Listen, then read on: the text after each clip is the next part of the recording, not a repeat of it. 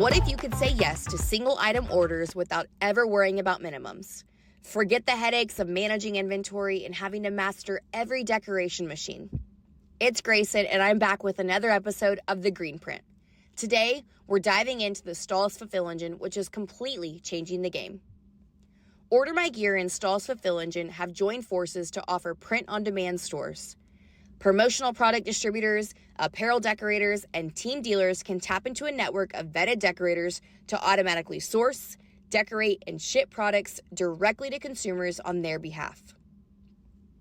This system is built on two things: a foundation of quality with a replacement rate of less than 0.5%, and speed, boasting an average decoration time of under 5 days regardless of the order size. It offers the retail convenience your customers expect, connecting your OMG online store platform directly with our vetted decorator network across the US. Sound too good to be true? Try it yourself. All you have to do is add a product from the print-on-demand catalog to your store.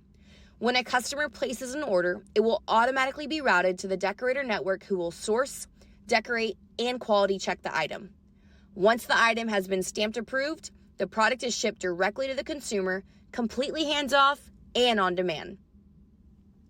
Here at the Greenprint, we want to always back what we're saying up with stats. So here it is, folks. In 2024, the North American print-on-demand market was estimated at $1.6 billion and is projected to grow to $17.2 billion by 2034. Businesses are exploring more convenient, lower-risk ways for fulfilling orders without the financial burden of holding inventory, overproducing products, and having to meet minimums. This is your moment to shake things up and play in the big leagues.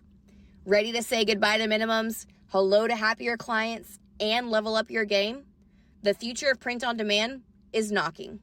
Let's make it happen and turn your orders into success stories.